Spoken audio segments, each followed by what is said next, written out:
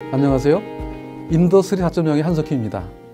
클라우스 슈밥 교수가 40년째 이끌어온 세계경제포럼, 즉 다보스 포럼에서 4차 산업혁명을 주제로 채택함으로써 2016년은 4차 산업혁명에 전 세계가 뜨겁게 달아오른 원년이 되었습니다. 지금 4차 산업혁명은 모든 산업국가들의 관심사가 되고 있으며 한국도 예외가 아닙니다. 4차 산업혁명은 정치, 경제, 기술, 산업, 그리고 교육 등의 모든 분야에서 다양한 논리거리와 이슈를 제기하고 있습니다. 그렇다면 인더스트리 4.0과 4차 산업혁명은 무슨 관계가 있을까요? 한마디로 뗄래야 뗄 수 없는 관계입니다. 4차 산업혁명을 잉태한 것이 바로 인더스트리 4.0이기 때문입니다. 인더스트리 4.0은 2011년부터 독일의 하노버에서 공식화되었습니다. 그런데 이것이 왜 최근에 크게 주목을 받고 있는 것일까요? 혹시 이면에 우리가 모르던 일이나 어떤 시사점은 있는 것은 아닐까요? 또 이와 같은 메가 트렌드를 바라보면서 우리는 어떤 결정을 해야 할까요? 인더스트리 4.0은 독일에서 시작된 국가적 프로젝트입니다. 이는 앞으로 다가올 새로운 산업혁명, 이른바 제4차 산업혁명을 선도할 목적으로 준비된 프로젝트입니다. 중요한 점은 이 인더스트리 4.0은 이른바 오픈 이노베이션 전략을 적용하고 있다는 것입니다. 독일 혼자만 추진하는 것이 아니라 다른 국가나 다른 글로벌 기업들을 적극 참여하도록 유도하고 있다는 의미입니다. 또 다른 시사점은 그 준비 기간이 길다는 것입니다. 알려진 것보다 제법 준비 기간이 길었습니다. 비록 2011년에 공식화되긴 했으나 시작은 훨씬 오래전부터 거슬러 올라갑니다. 첫 논의는 2006년 6월경 독일의 카이저슬라타른에 있는 스마트 팩토리라 불리는 작은 비영리 연구단체에서 있었습니다.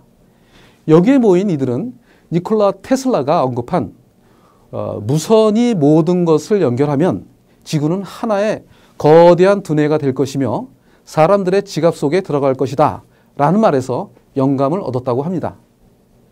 스마트 팩토리라는 조직과 별개로 DFKI, 우리말로는 인공지능연구소로 불리는 조직이 이 과정에서 만들어집니다. 이 조직에서 인더스트리 4.0이란 말이 탄생하였습니다. 독일에는 2006년부터 시작된 하이테크 전략 2020이란 국가혁신 프로젝트가 있었습니다. 독일 정부는 2011년에 인더스트리 4.0을 이 전략에 포함시켰습니다. 본래 하이테크 전략 2020은 몇 가지 주요 아젠다로 구성되어 있었습니다. 예를 들면 친환경 및 에너지, 헬스케어, 지속가능한 이동수단, 웹 및 보안 등의 아젠다를 다루고 있었습니다. 여기에 인더스트리 4.0이 추가된 것입니다. 흥미롭게도 현재 세계는 새로 추가된 인더스트리 4.0에 더 주목하고 있습니다. 그 이유가 무엇일까요? 많은 산업국가가 독일이 사회, 환경, 기술 등의 변화에 대해서 대응하는 모습에서 시사점을 찾을 수 있거나 독일과 비슷한 도전을 그들도 맡고 있기 때문입니다. 그런 면에서 10년 전 독일의 모습과 그 출발 배경을 살펴보는 것 자체가 우리에게도 시사점을 제공하기도 합니다. 먼저 그 당시의 시장 상황을 살펴보겠습니다. 10년 전 전 세계 시장은 글로벌화된 시장으로 변화되고 있었습니다. 이는 더 다양한 고객 등장을 의미합니다. 점차 고객들과 구매자들은 개별화된 제품을 요구하는 추세에 있었습니다. 시장에서 경쟁이 치열해지면서 제품의 수명 주기는 짧아지고 제조 원가 압력 또한 거세지고 있었습니다. 신흥 산업국가인 한국과 중국의 추격은 독일에게 여간 부담되는 것이 아니었습니다. 실제 독일은 2009년에 세계 1위의 수출국 자리를 중국에게 내주게 됩니다. 독일은 내부적으로도 적지 않은 변화의 과정 속에 있었습니다. 일본 다음으로 빠른 인구의 노령화가 진행되고 있었고 전후 세대의 대량 은퇴가 진행되고 있었습니다. 점차 능숙한 기능 인력이 빠져나가고 있는 반면 대체할 인력은 찾기 쉽지 않았습니다. 에너지 절감, 또 친환경적인 에너지로의 전환도 사회적인 요구 조건이었습니다. 이처럼 불리하게 보이는 여건 속에서도 독일에게는 여러 가지 장점이 있었습니다. 상당수의 히든 챔피언이 그것인데 무려 1,300여 개를 보유하고 있었습니다. 산업 분야의 빠른 기술 발전 속도도 독일에겐 장점으로 작용해 주었습니다. ICT 기술은 물론이고 사물 인터넷, 카본 파이버와 같은 신소재, 3D 프린팅 혁신 제조 방법 등이 점차 가용할 만한 수준으로 접어들면서 독일 기업들에게 유리하게 작용하였습니다. 정부의 강력한 리더십도 한몫을 했습니다. 새로 집권한 총리 메르켈은 새로운 비전을 제시했습니다. 지금도 메르켈 총리는 매년 4월 하노버 메스에 직접 참가함은 물론이고 전 세계 주요 국가 지도자들에게 인더스트리 4.0을 전파하는 일을 앞장서고 있습니다. 기업들의 적극적인 참여와 호응도 독일에서는 중요한 요소로 작용했습니다. 예를 들어 지멘스는 2007년경에 미국의 UGS사를 사들이면서 제품 개발이나 제조 엔지니어링 활동에 적용되는 기업용 소프트웨어를 공급할 수 있는 역량을 갖추게 되었습니다. 제품의 기획 및 설계와 같은 개발 단계부터 설비 및 공정 등을 검증하고 제조 양산의 다양한 업무를 지원하는 데 필요한 여러 응용 솔루션을 갖추게 되었다는 의미입니다. 한 손으로는 소프트웨어를 통해 제조 현장을 디지털화되도록 지원하고 다른 손으로는 제조 현장에 사용되는 하드웨어인 자동화 기계, 설비, 제어 시스템 등을 공급하는 기업이 됐다는 의미입니다.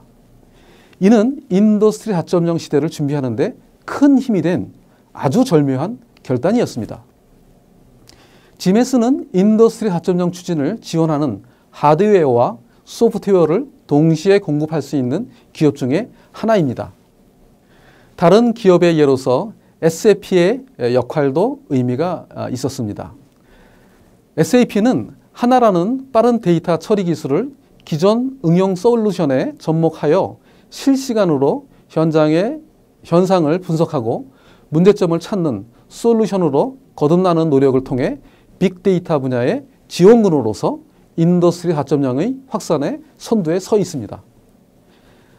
하나라는 기술은 본래 서울대학교 차상균 교수가 개발한 기술인데 기존의 기술에 비해 1000배나 빠른 정도의 빠른 연산 속도를 이용해서 현장에서 빅데이터 분석을 실시간으로 수행하는 시대를 열어준 솔루션입니다.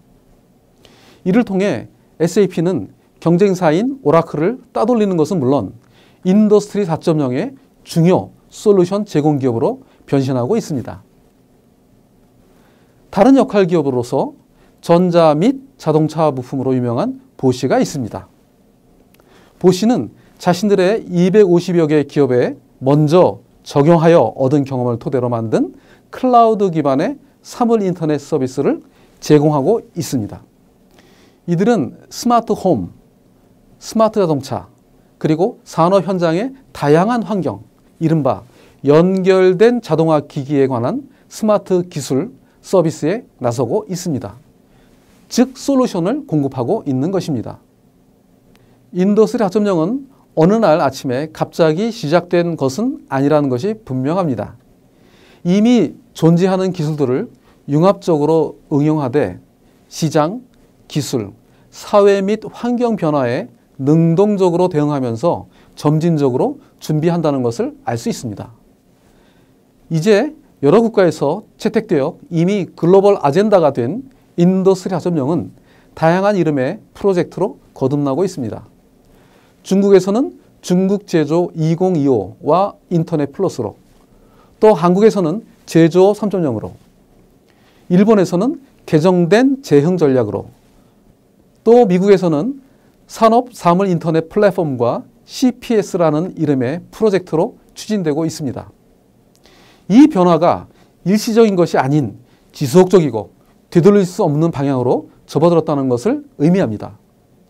이런 변화 속에서 이제 한국의 기업들은 어떤 준비와 어떤 결단을 해야 할지 곰곰이 생각해 볼 때라고 생각됩니다. 감사합니다.